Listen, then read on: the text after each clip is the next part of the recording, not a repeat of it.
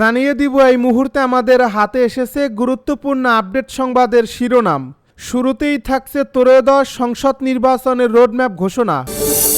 এবারে জানিয়ে দিব পানি ছাড়ল ভারত, পাকিস্তানে বন্যায় 25 জনের মৃত্যু।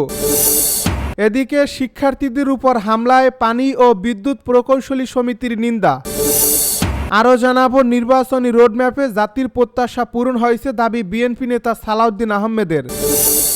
এদিকে পশ্চিমাদের বার্তা দিতে চীনে একজোট হচ্ছেন পুতিন ও কিম। এতক্ষণ শুনছিলেন হাতে থাকা আপডেট সংবাদের শিরোনাম, এবারে বিস্তারিত। তবে তার আগে অনুরোধ রইল ভিডিওটিতে একটি লাইক এবং কমেন্ট করে জানিয়ে দিন ভিডিও সম্পর্কে আপনার মূল্যবান মতামত। আরও জানিয়ে দিন ভিডিওটি কোথা থেকে দেখছেন বা কোন জেলা থেকে দেখছেন। ত্রয়োদশ সংসদ নির্বাচনের রোডম্যাপ ঘোষণা। ত্রয়োদশ জাতীয় সংসদ নির্বাচনকে সামনে রেখে 24টি গুরুত্বপূর্ণ কাজকে প্রাধান্য দিয়ে রোডম্যাপ ঘোষণা করেছে নির্বাচন কমিশন। আজ বৃহস্পতিবার নির্বাচন কমিশনের জ্যেষ্ঠ সচিব আক্তার আহমেদ এ রোডম্যাপ ঘোষণা করেন। গুরুত্বপূর্ণ কাজগুলোর মধ্যে আছে সংসদীয় আসনের সীমানা নির্ধারণ, ভোটার তালিকা চূড়ান্তকরণ, রাজনৈতিক দল নিবন্ধন ও দেশি পর্যবেক্ষক সংস্থার নিবন্ধন চূড়ান্ত করা। ইসি আগেই জানিয়েছে জাতীয় সংসদ নির্বাচন অনুষ্ঠিত হবে 2026 সালের ফেব্রুয়ারি মাসের প্রথমার্ধে, আর তফসিল ঘোষণা করা হবে চলতি বছরের ডিসেম্বরের প্রথমার্ধে। কর্মপরিকল্পনায় গুরুত্বপূর্ণ যত বিষয় অংশীজনের সংলাপ, ভোটার তালিকা প্রণয়ন, নির্বাচনী আইন বিধি সংস্কার, দল নিবন্ধন, নির্বাচনী এলাকার সীমানা নির্ধারণ, ভোটকেন্দ্র স্থাপন, পোস্টাল ভোটিং, পর্যবেক্ষক সংস্থার নিবন্ধন, দেশি বিদেশি সাংবাদিক অনুমোদন, নির্বাচনের জন্য জনবল ও প্রশাসনিক ব্যবস্থা, নির্বাচনী দ্রব্যাদি সংগ্রহ, আইনশৃঙ্খলা বিষয়ক কার্যক্রম, অন্যান্য আইন বিধি সংস্কার একীভূতকরণ, ম্যানুয়াল নির্দেশিকা, পোস্টার পরিচয়পত্র মুদ্রণ, প্রশিক্ষকদের প্রশিক্ষণ, স্বচ্ছ ব্যালট বাক্স উপযোগীকরণ, নির্বাচনী বাজেট বরাদ্দ, প্রচারণা ও উদ্বুদ্ধকরণ, টেলিযোগ ব্যবস্থা সুসংহতকরণ, ডিজিটাল মনিটর স্থাপন ও যন্ত্রপাতির সংযোজন। ইতিমধ্যেই দ্বিতীয় ধাপের সম্পূরক খসড়া ভোটার তালিকা প্রকাশ করা হয়েছে, যা চূড়ান্ত করা হবে 31 আগস্ট। আর 31 অক্টোবর সম্পূরক তালিকা শেষে চূড়ান্ত ভোটার তালিকা প্রকাশ করা হবে 30 নভেম্বর। নির্বাচনী আইনবিধি, গণপ্রতিনিধিত্ব আদেশ, অন্যান্য আইনবিধি 31 আগস্টের মধ্যে সংশোধনের প্রস্তাব ও প্রণয়ন। এছাড়া সংসদীয় আসনের সীমানা নির্ধারণ আইন সংশোধন, ভোটার তালিকা আইন সংশোধন, সংসদ নির্বাচন, ভোট কেন্দ্র নীতিমালা ও ব্যবস্থাপনা চূড়ান্তকরণ। পানি ছাড়ল ভারত, পাকিস্তানে বন্যায় 25 জনের মৃত্যু। পাকিস্তানের পাঞ্জাবে ভয়াবহ বন্যা ও নদী ভাঙনে অন্তত 25 জনের মৃত্যু হয়েছে। অস্বাভাবিক বৃষ্টিপাতের পাশাপাশি ভারত, চেনাব, রাবি ও শতদ্রু নদীতে পানি ছাড়ার কারণে এই বন্যার সৃষ্টি হয়েছে বলে জানিয়েছে পাকিস্তানি কর্তৃপক্ষ। স্থানীয় প্রশাসন জানায়, বন্যায় শিয়ালকোট জেলার সাম্বারিয়ালে একই পরিবারের 5 জন মারা গেছেন।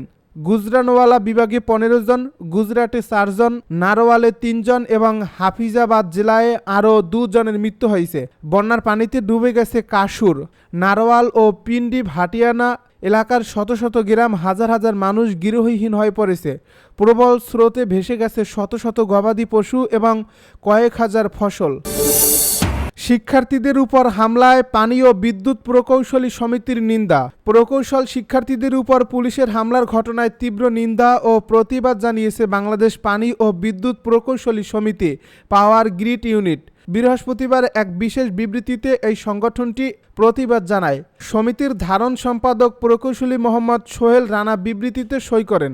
বিবৃতিতে বলা হয়, গতকাল 27 আগস্ট শাহবাগে দেশের বিভিন্ন প্রান্ত থেকে আগত প্রকৌশল ও প্রযুক্তি বিশ্ববিদ্যালয়ের শিক্ষার্থীদের শান্তিপূর্ণ লং মার্চ পালনকালে আইনশৃঙ্খলা বাহিনী কর্তৃক অপ্রত্যাশিতভাবে সাউন্ড গ্রেনেড এবং টিয়ার শেল নিক্ষেপ করেছে। বহু প্রকৌশলী সহ প্রকৌশলী শিক্ষার্থী আহত হয়েছেন। আমরা এই ঘটনায় গভীর উদ্বেগ প্রকাশ করছি, ক্ষোভের সঙ্গে নিন্দা ও প্রতিবাদও জানাচ্ছি। সমিতির নেতৃবৃন্দ বলেন, প্রকৌশল শিক্ষার্থীরা দেশের ভবিষ্যৎ প্রকৌশলী এবং এ ধরনের আক্রমণ তাদের বিকাশ ও দেশের প্রযুক্তিগত উন্নয়নের পথে অন্তরায় সৃষ্টি করে। বাংলাদেশ পানি ও বিদ্যুৎ প্রকৌশলী সমিতি, পাওয়ার গ্রিড ইউনিট শিক্ষার্থীদের নিরাপত্তা ও চিকিৎসা সেবা নিশ্চিত এবং দোষীদের বিরুদ্ধে যথাযথ আইনানুগ ব্যবস্থা গ্রহণের জন্য সংশ্লিষ্ট কর্তৃপক্ষের কাছে জোর দাবি জানাচ্ছি। নির্বাচনী রোডম্যাপে জাতির প্রত্যাশা পূরণ হয়েছে দাবি বিএনপি নেতা সালাউদ্দিন আহমেদের। ত্রয়োদশ জাতীয় সংসদ নির্বাচনের রোডম্যাপ ঘোষণায় জাতির প্রত্যাশা পূরণ হয়েছে বলে মন্তব্য করেছেন বিএনপির স্থায়ী কমিটির সদস্য সালাউদ্দিন আহমেদ। বৃহস্পতিবার সাংবাদিকদের সঙ্গে আলাপকালে এ মন্তব্য করেন তিনি। নির্বাচনী রোডম্যাপ ঘোষণার বিষয়টিকে বিএনপি ইতিবাচক হিসেবে দেখছে জানিয়ে তিনি বলেন, যথাসময়ে রোডম্যাপটি ঘোষণা করা হয়েছে। সরকারের দিক থেকেও একই রকম নির্দেশনা ছিল। বিএনপি নেতা সালাউদ্দিন আহমেদ বলেন, এখন রোডম্যাপ অনুযায়ী জাতীয় সংসদ নির্বাচন দেওয়া হবে, এটাই আমাদের প্রত্যাশা। পশ্চিমাদের বার্তা দিতে চীনে একজোট হচ্ছেন পুতিন ও কিম। চীনের প্রেসিডেন্ট শি জিনপিংয়ের সঙ্গে রাশিয়ার প্রেসিডেন্ট ভ্লাদিমির পুতিন ও উত্তর কোরিয়ার নেতা কিম জং উন আগামী সপ্তাহে বেইজিংয়ে সামরিক কুচকাওয়াজে যোগ দেবেন। পশ্চিমাদের চাপের মুখে এই তিন নেতার একসঙ্গে প্রকাশ উপস্থিতিকে প্রতীকী চ্যালেঞ্জ হিসেবে দেখা হচ্ছে। বৃহস্পতিবার এক প্রতিবেদনে খবর দিয়েছে বার্তা সংস্থা রয়টার্স। চীনের পররাষ্ট্র মন্ত্রণালয় জানিয়েছে, ভিক্টোরি ডে উপলক্ষে ৩ সেপ্টেম্বর কুচকাওয়াজে ২৬টি দেশের রাষ্ট্র ও সরকার প্রধান উপস্থিত থাকবেন।